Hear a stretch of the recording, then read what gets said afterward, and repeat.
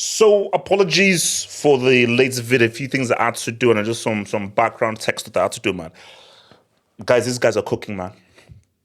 These guys are cooking. Like, I'm convinced now that 11v11 they'd have beaten Monaco, but Eric Garcia just had other issues.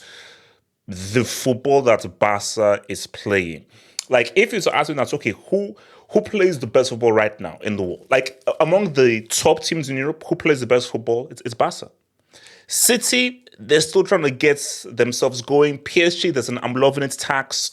The reason why I'd put them ahead of Bayern is because for Bayern, I'm still waiting for them to face some real proper opposition. So I think it's between Bayern and Barca. Bayern are good. Bayern are good. But for me, I just feel that in terms of just the quality of football, I'll put Barca ahead.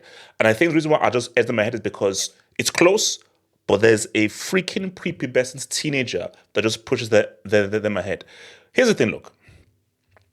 Do I owe him an apology? I have apology. I do. I owe this guy a half apology. Guys, I'll be real with you. I called him a geriatric. I called him a piss bag. I called him a retirement home merchant. I called him a pensioner. I called him the pensioner from Warsaw. I said all those things. And I was one of those guys who said, man, this guy's old. Barca needs to get another striker. You need to actually try and give it a chance. Lewandowski is proving to you that class is permanent, man. Because you may lose your legs, lose your physical attributes. You may not run as fast, be as strong. One thing you never lose, that's goal-scoring instinct. It's psychological. It's mental. The eye for a goal, the knowledge to know where to be, the knowledge of positioning, that doesn't get lost with age. That doesn't get lost with age. And what Lewandowski shows you is this guy is an amazing goal scorer. So when we now talk about the best strikers of the generation, and we have that Lewandowski, Benzema, and Cannibal the discussion. Cannibal had the biggest peak. Benzema had the craziest ever Ballon d'Or season. In terms of longevity, Lewandowski may have them beat. Because since Dortmund, Bayern, and now Barca, how this guy is still, at his age, still putting up numbers and still being a consistent goal scorer, in terms of longevity, I think he may have Benzema and the Cannibal beat. Because I thought this guy was done. And this guy's showing you that I still have that goal scoring in the tank, man. But look, this flick ball is real. This flick ball is real. And Germans know how to coach. Germans know how to coach, whether it's from club, remember, do your Googles now. Correct me if I'm wrong. Greece 04, the manager, Otto Rehhagel, was he German or Austrian? I believe he was German. So Otto Rehhagel achieved the greatest job in international football history, taking Greece to a Euros. Shout out to Otto Rehhagel. You already know how I feel about your Pankers, man. They go to that band team. Germans know how to coach, man. And just the difference between how they move the ball, chance creation. That's the big thing, because chance creation, that's the manager's job.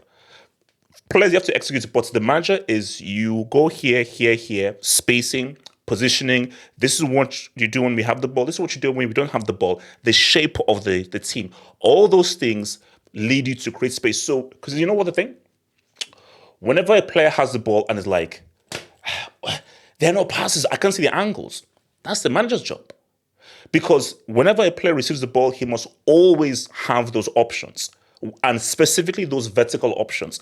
And that comes from the manager, because the manager ensures that every time a player has the ball, you have options, at least 2 or 3 options, specifically options to move forward and options to progress the ball into space.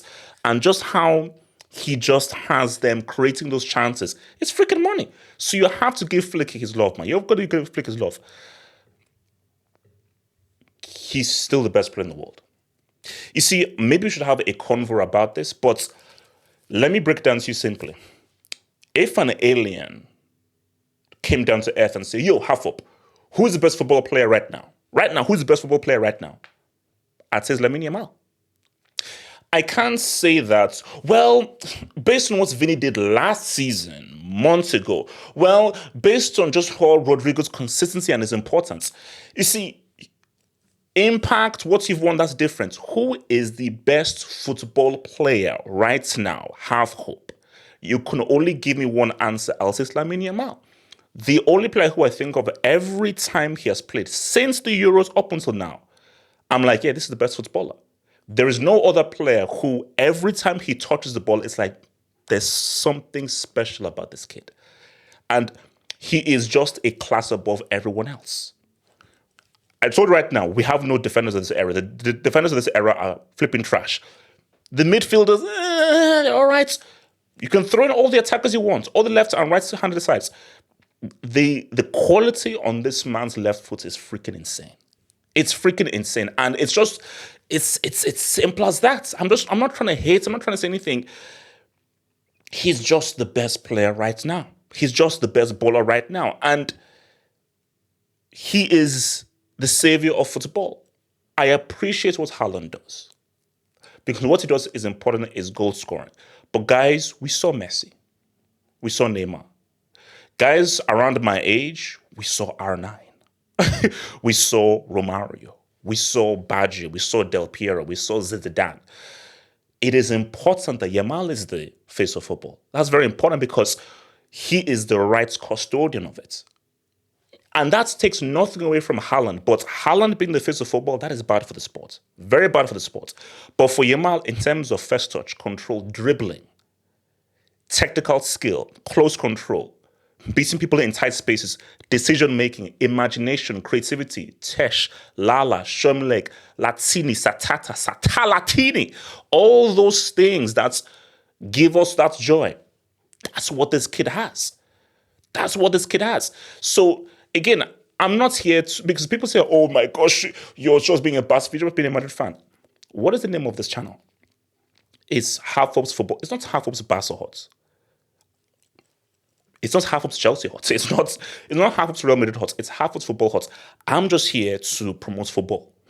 And I'm here to give you the footballing truth. And I'm here just to try and, what is the footballing truth that exists? And the footballing truth that exists is Yamal, he's the best player in the world. Right now.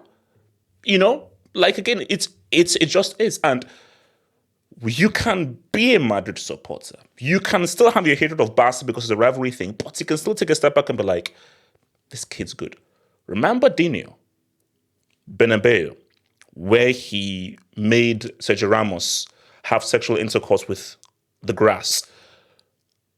What did the Madrid fans do? They hate Barca. They despise Barca, and it was embarrassing getting cooked. But what did they do? We still hate you. That's bad. We still hate you. But at the end of the day, guys, we are football fans. At the end of the day, we are football fans. And since we are football fans, we should still appreciate when we see a truly special talent. And Yamal is a truly special talent that all of us football fans should appreciate.